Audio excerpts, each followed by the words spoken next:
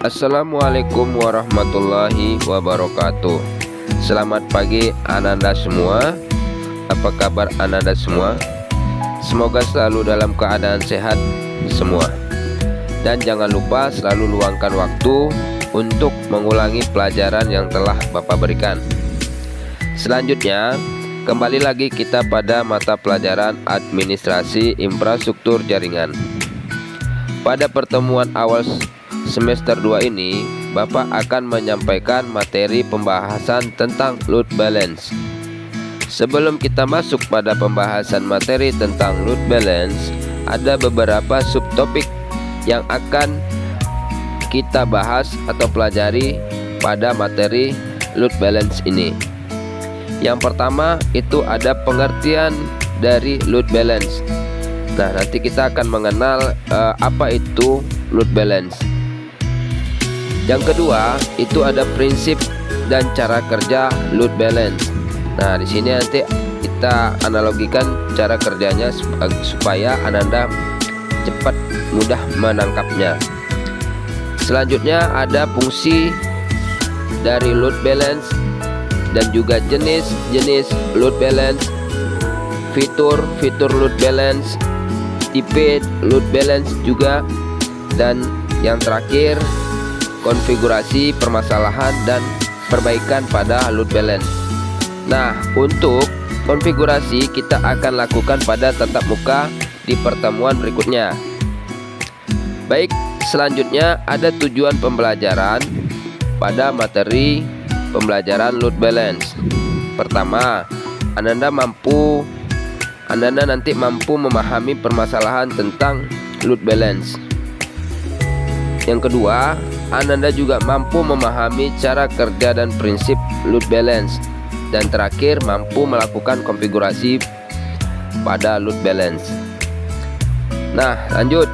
Sebelum lebih lanjut dalam Bapak menjelaskan tentang load balance, ada baiknya sedikit pengantar materi agar Ananda tidak bingung dan cepat paham mengenai apa itu load balance. Pada era digital yang semakin maju ini, setiap bisnis membutuhkan performa yang handal dan sistem yang responsif. Load balance adalah salah satu solusi yang dapat membantu permasalahan dan memastikan bahwa sistem Anda dapat bekerja secara optimal, menghindari overload server, dan meningkatkan efisiensi secara keseluruhan. Nah, load balance adalah proses pendistribusian beban terhadap suatu layanan yang ada pada sekumpulan server atau perangkat jaringan ketika ada permintaan dari pengguna. Ketika banyak permintaan dari pengguna, maka server tersebut akan terbebani karena harus melakukan proses pelayanan terhadap permintaan pengguna. Solusinya adalah membagi beban yang datang ke beberapa server sehingga tidak terpusat ke salah satu perangkat jaringan saja. Lanjut, kita masuk pada sub pembahasan pokok pertama, yaitu pengertian dari load balance. Load balance adalah teknik untuk mendistribusikan beban trafik pada dua atau lebih jalur koneksi secara seimbang agar trafik dapat berjalan optimal, memaksimalkan throughput, memperkecil waktu tanggap, dan menghindari overload pada salah satu jalur koneksi. Jadi, load balancing digunakan pada saat sebuah server memiliki jumlah pengguna yang telah melebihi kapasitas maksimalnya. Kemudian, load balancing juga mendistribusikan beban kerja secara merata di dua komputer atau lebih, link jaringan, CPU, hard drive, atau sumber daya lainnya yang mendapatkan pemanfaatan sumber daya yang optimal. Baik, Jika Ananda masih bingung dalam memahami load balance, mari kita sederhanakan dengan menganalogikan load balance dalam kehidupan sehari-hari kita. Mari kita perhatikan ilustrasi sederhana dalam pelayanan pada sebuah restoran berikut ini. Pada sebuah restoran terdapat pelayan atau bisa kita sebut pramu haji yang bertugas sebagai menerima pesanan sampai menghidangkan pesanan kepada pengunjung. Kita sebut sebagai load balance, dan juga memiliki barista yang bisa kita sebut sebagai server. Barista ini tugasnya menyiapkan pesanan. Nah, di saat seorang pramu haji menerima pesanan dari pengunjung satu, maka permintaan atau pesanan tersebut akan diteruskan kepada barista utama. Nah, itu untuk satu pengunjung atau pesanan. Seandainya ketika ada 5 pengunjung dan melakukan pemesanan yang sama secara bersamaan, maka pramu haji yang menerima pesanan dari pengunjung tersebut, maka selanjutnya permintaan atau pesanan tersebut akan diteruskan ke barista yang lain yang memiliki pekerjaannya sedikit dan cepat dalam bekerja. Nah, berikut adalah ilustrasi sederhana yang ada pada sebuah pelayanan di restoran. Apakah Ananda sudah mengerti dan paham prinsip dan cara kerja load balancing dalam ilustrasi pada sebuah restoran? Nah, sekarang coba kita perhatikan pada gambar tersebut. Di saat load balancer menerima permintaan layanan dari pengguna, maka permintaan tersebut akan diteruskan ke server utama. Biasanya load balancer dengan pintar dapat menentukan server mana yang memiliki load lebih rendah dan respon lebih cepat. Bahkan load balancer bisa menghentikan akses ke server yang sedang mengalami masalah dan hanya meneruskannya ke server yang dapat memberikan layanan. Hal ini salah satu kelebihan yang umumnya dimiliki load balancer, sehingga layanan seolah-olah tidak ada gangguan di mata pengguna. Berikut ini adalah salah satu proses cara kerja load balancing. Selanjutnya kita masuk pada fungsi dari load balancer.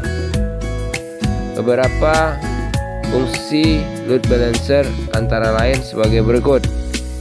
Pertama, menginterupsi traffic jaringan, web traffic dan lain-lain yang diarahkan ke sebuah situs. Selanjutnya, membagi traffic jaringan menjadi permintaan individu atau individual request dan menentukan server yang akan menerima permintaan individu. Fungsi selanjutnya, memonitor server yang ada serta memastikan server-server tersebut merespon traffic. Jadi, jika sebuah server mengalami kegagalan, maka ia tidak akan digunakan lagi. Maka menggunakan server yang masih bekerja. Selanjutnya, menyediakan redundansi dengan menggunakan lebih dari satu unit failover skenario. Jadi failover skenario ini adalah proses otomatis yang mengalihkan ke sistem cadangan jika sistem utama mengalami kegagalan. Jadi sedangkan redundansi itu praktik penyimpanan data yang sama di beberapa tempat atau sistem untuk mencegah kegagalan data. Fungsi yang terakhir menawarkan distribusi konten aware seperti melakukan pembacaan URLs intercepting cookies, dan XML parsing.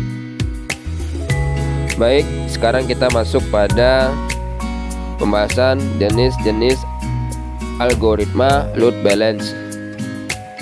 Ada beberapa algoritma load balancing yang digunakan pada teknologi load balancing. Yang pertama adalah round robin. Algoritma round robin ini merupakan algoritma yang paling sederhana dan banyak digunakan oleh perangkat load balancing. Algoritma ini membagi beban secara bergiliran dan beruntun dari satu server ke server yang lain sehingga membentuk putaran. Selanjutnya ada algoritma kedua, yaitu rasio atau rasio.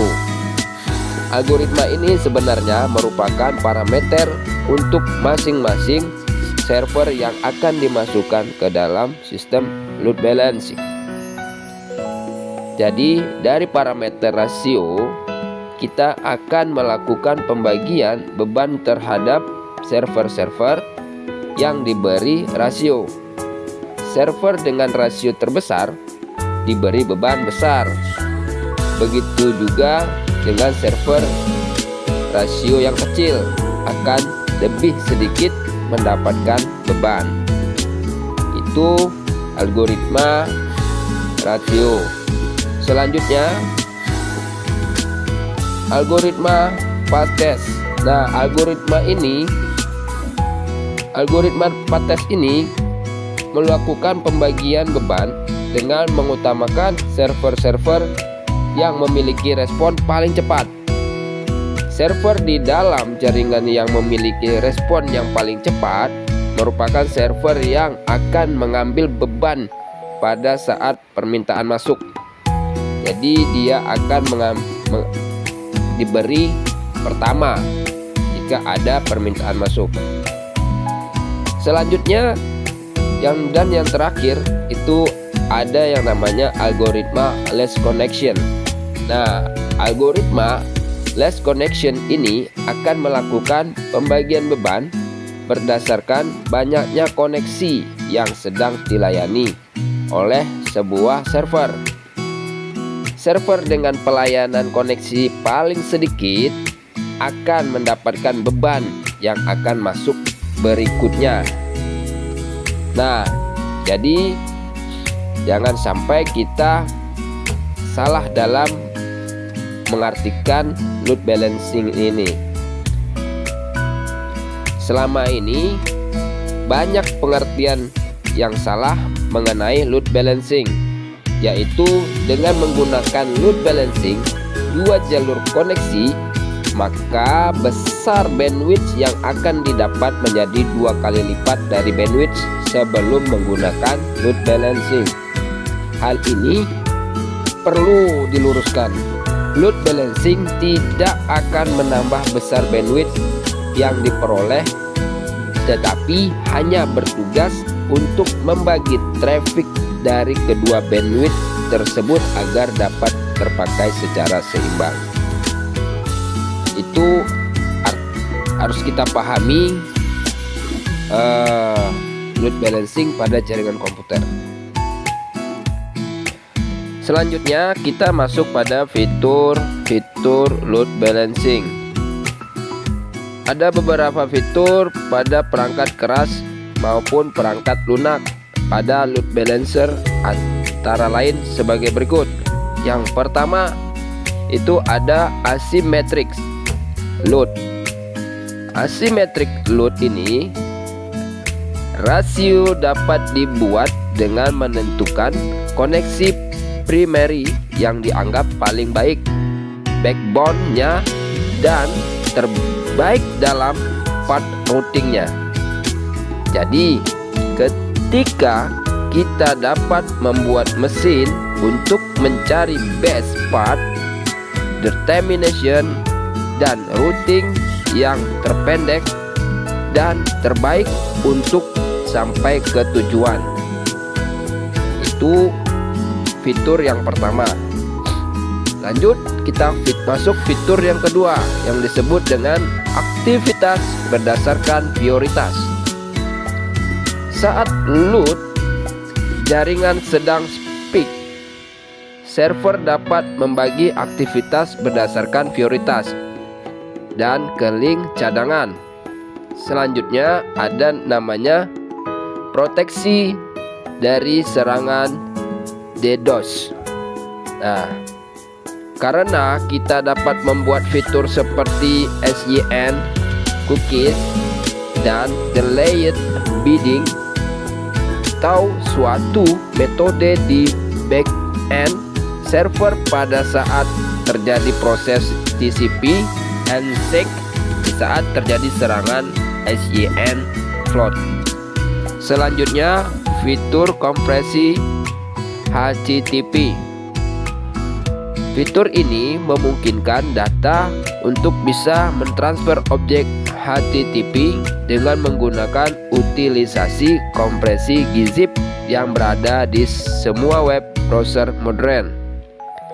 Kemudian fitur TCP buffering. Nah, fitur ini dapat membuat respon buffer dari server dan membuat task akses bisa lebih cepat. Selanjutnya HTTP caching.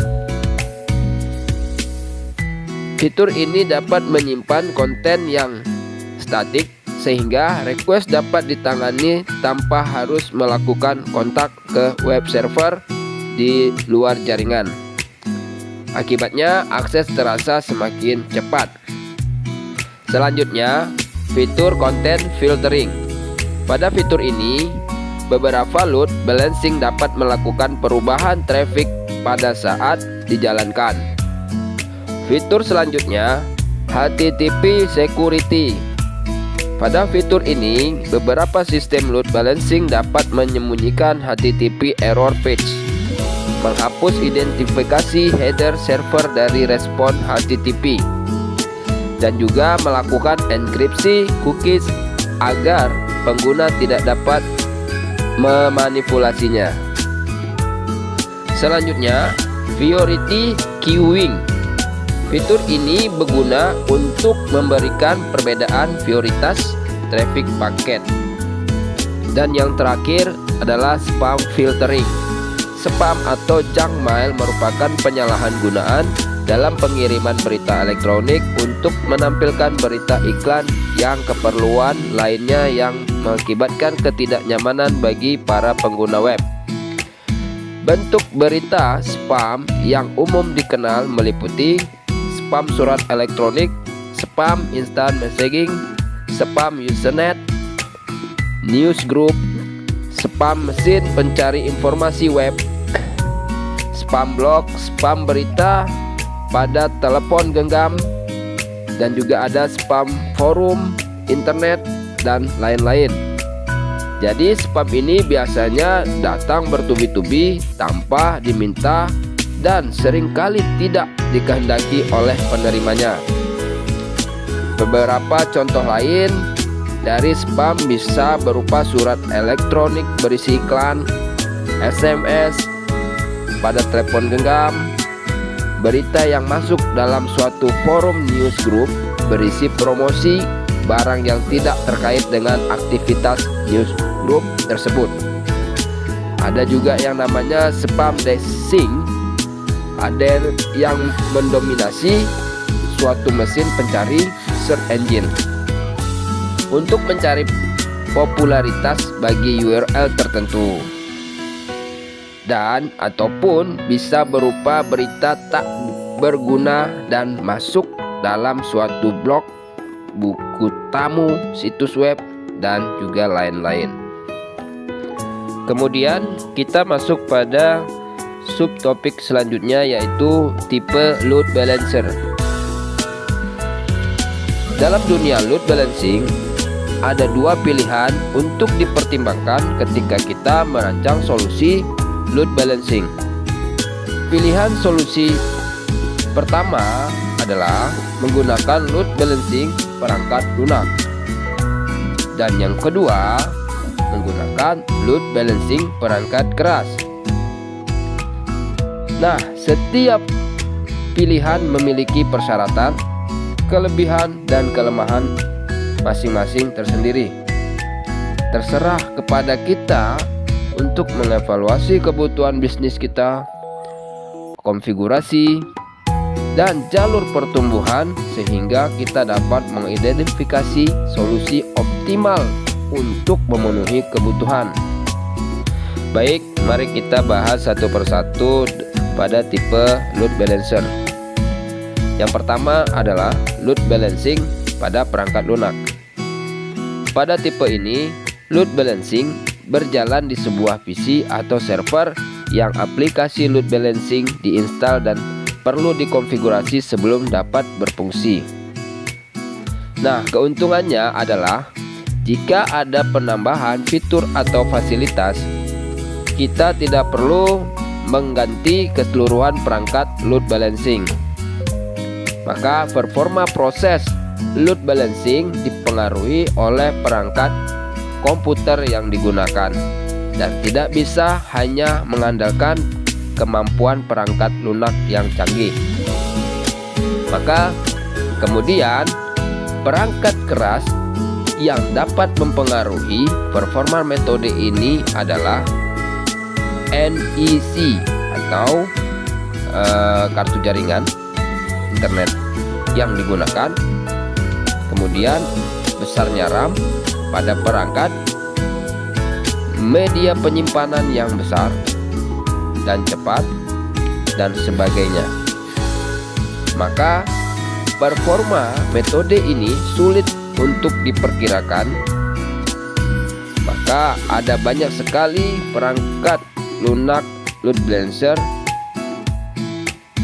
antara lain yang paling banyak digunakan adalah Linux Virtual Server, Ultra, Monkey, dan Network Load Balancing. Yang kedua, ada yang namanya load balancing perangkat keras. Pada tipe ini, load balancing berjalan di device atau alat yang sudah disiapkan dari pabrik dan siap digunakan. Tipe load balancing perangkat keras banyak digunakan karena kemudahannya. Berikut beberapa perangkat keras load balancer, diantaranya adalah Cisco System, Catalyst, Coyote, Point, F5 Network, Big IP, dan Barracuda Load Balancer. Selanjutnya Aproxy. Nah, apa itu Aproxy? Aproxy merupakan singkatan dari High Available Proxy. Nah, yaitu perangkat lunak open source yang berguna untuk TCP Load Balancer. Karena TCP artinya Aproxy dapat digunakan tidak hanya untuk HTTP tetapi juga protokol lainnya. Selain untuk load balancer, Aproxy juga bermanfaat sebagai proxy. Load balancing sendiri berarti kegiatan atau aktivitas untuk menyeimbangkan beban sehingga tidak bertumpu pada satu server saja. Mudah dibayangkan bahwa kita mempunyai lebih dari satu server, katakan web server. Satu server hanya mampu menahan beban sekitar 100 koneksi, sedangkan kita harus menanggung beban sebesar 200 koneksi. Dalam hal ini, kita membutuhkan lebih dari satu server. Oke, untuk pertemuan Bapak cukupkan sampai di sini pada materi load balance ya. Jadi bagi Anda silahkan dipelajari kembali. Untuk materi konfigurasi akan ada pertemuan tatap muka di kelas. Oke, Bapak tutup. Assalamualaikum warahmatullahi wabarakatuh.